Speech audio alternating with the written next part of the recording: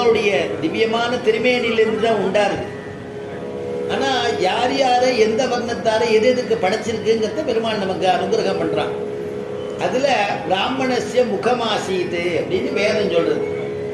ஏன்னா பிராமணர்கள் பெருமாளுடைய திருமுக மண்டலத்திலேருந்து எல்லாரும் பிறக்கிறார், சிட்டி பண்றாராம் பெருமாள். ஏன்னா வேதத்தை அத்தியனம் பண்ணணும். அதனாலதான் வேதத்து மூலமா நம்முடைய சம்ஸ்காரம்னு சொல்லி ஆரம்பிச்சோம் இல்லையா. அதனால 40 விதமான சம்ஸ்காரம் சொல்லப்பட்டிருக்கு. அதுல நாம இப்ப கல்யாணம் ஆயிடுத்து அப்படின்னா கர்ப்பாதானத்திலேருந்து மந்திரங்கள்ல சொல்லும் பொழுது கர்ப்பாதானம்னு ஒரு மந்திரம் சொல்லுவா. கல்யாணம் ஆன பிறகு அந்த குழந்தை பிறக்கக்கூடிய இடத்தை சுத்தி பண்றது கர்ப்பாதானத்திலேருந்து ஆரம்பம்.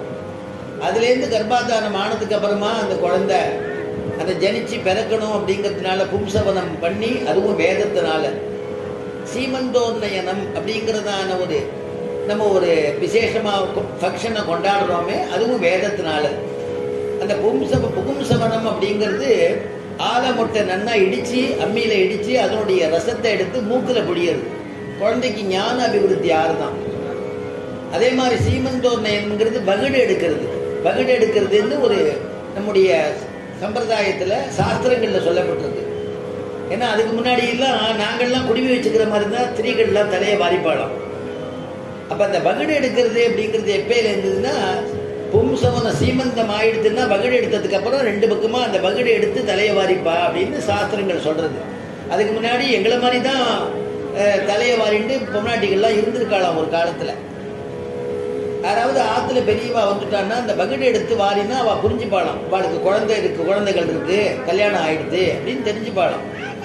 அந்த மாதிரியா இருக்கக்கூடிய காலத்துல இந்த வகுடு எடுக்கிறதுங்கிறது சீமந்தோன்னயனம் அப்படிங்கிறதான ஃபங்க்ஷன். அதுக்கு பிறகு என்ன இப்படியே கொண்டாடிட்டே வந்தோம்னா, அதுக்கப்புறம் குழந்தை பிறந்ததுக்கு அப்புறம் ஜனித்ததுக்கு பிறகு புண்ணியாக வாச்சனம், வேதத்தினாலேயே புண்ணியாக வாச்சனம்.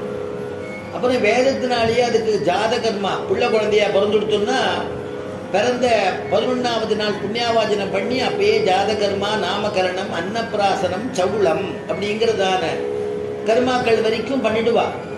ஜாதகர்மானா குழந்தைக்கு அந்த நட்சத்திரத்தை, எந்த நட்சத்திரத்துல குழந்தை ஜனிச்சதோ அந்த நட்சத்திரத்தை சொல்லி நட்சத்திரத்தினுடைய நாமாவை அப்பாவும் அம்மாவும் அந்த குழந்தையுடைய வலது காதுல சொல்லணும்.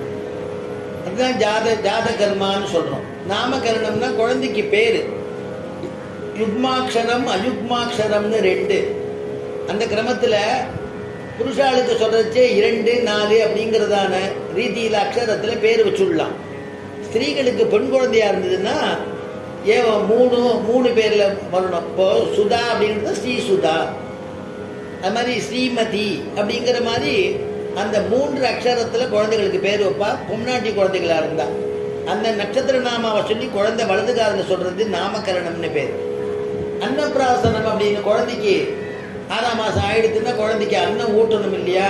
அந்த அன்னப்பிராசன வைதிக முறையில் அன்னப்பிராசனம் குழந்தைக்கு நல்ல நாள் பார்த்து பிசிஞ்சு வெள்ளி கிண்ணத்தில் மந்திரவத்தா பண்ணுறது புருஷ குழந்தைக்கு, அதெல்லாம் அன்னப்பிராசனம். அதுக்கப்புறமா உபநயனம், அன்னப்பிராசனம், ஜாதகர்ம, நாமகரணம், அன்னப்பிராசனம், சவுளம்னு ஒன்று, சவுளகர்மான்னு. இந்த குழந்தைக்கு ஒரு 3 வருஷம் ஆயிடுச்சு அப்படின்னா சவுளம் தனியாக ஒரு நாள் வைதிக குழந்தையா இருந்ததுன்னா தனியாக அதில் ஆற்றுல பண்ணுவா. உதக சாந்தியெல்லாம் ஜபிச்சு இதே மாதிரி பண்ணி சவுளம்னு பண்ணுவா. காலதேச வர்த்தமான நம்மால் அப்படி பண்ண முடியாததுனால எல்லாத்தையுமே நாம் உபநயனம் அப்படிங்கிற ஒரு உபநயன பிரம்மோபதேசம் அப்படிங்கிற ஒரு திருநாமத்தோட கூட ஒரே 2 நாளில் அந்த ஃபங்க்ஷனை பண்ணிடணும். அப்படி பண்ண வேண்டிய விஸ்தாரமாக பண்ண வேண்டிய உபநயனத்தில் 2 நாளில் பண்ணுற மாதிரி நம்முடைய ரிஷிகள் பின்னாடி அவளுக்கு அவகாசம் இருக்காதுங்கிறதுக்காக வகுத்து கொடுத்துருக்கா. அது நம்ம அற்புதமாக நம்ம காலக்கிரமத்தில் காலமே உபநயனத்தில் உதகசாந்தியிலேருந்து ஆரம்பித்து மந்திரவத்தா அந்த உபநயன கர்மாவை நாம் பண்ணுறோம். உதகசாந்தி அப்படின்னு குழந்தைய பவித்திரமாக பண்ணுறது. ஏன்னா வேதங்கள் அனாதின்னு சொன்னேன் இல்லையா, அந்த அனாதியாக இருக்கக்கூடிய வேதத்தை வியாச பகவான் நமக்கு அந்த வேதத்தை எது ருக்வேதம், எது யஜுர்வேதம், எது சாமவேதம், எது அதர்வண வேதம்ங்கிறத ஆகர்ஷணை பண்ணி நம்ம இடத்துல கொடுக்குறாரு. அதனால அப்பேற்பட்ட வியாசர் யாரு? வியாசாய விஷ்ணு ரூபாய வியாச ரூபாய விஷ்ணவே நமோ வை பிரம்மணிதயே வாசிஷ்டாய நமோ நமஹ. வியாசாய விஷ்ணு ரூபாயன்னு பீஷ்ம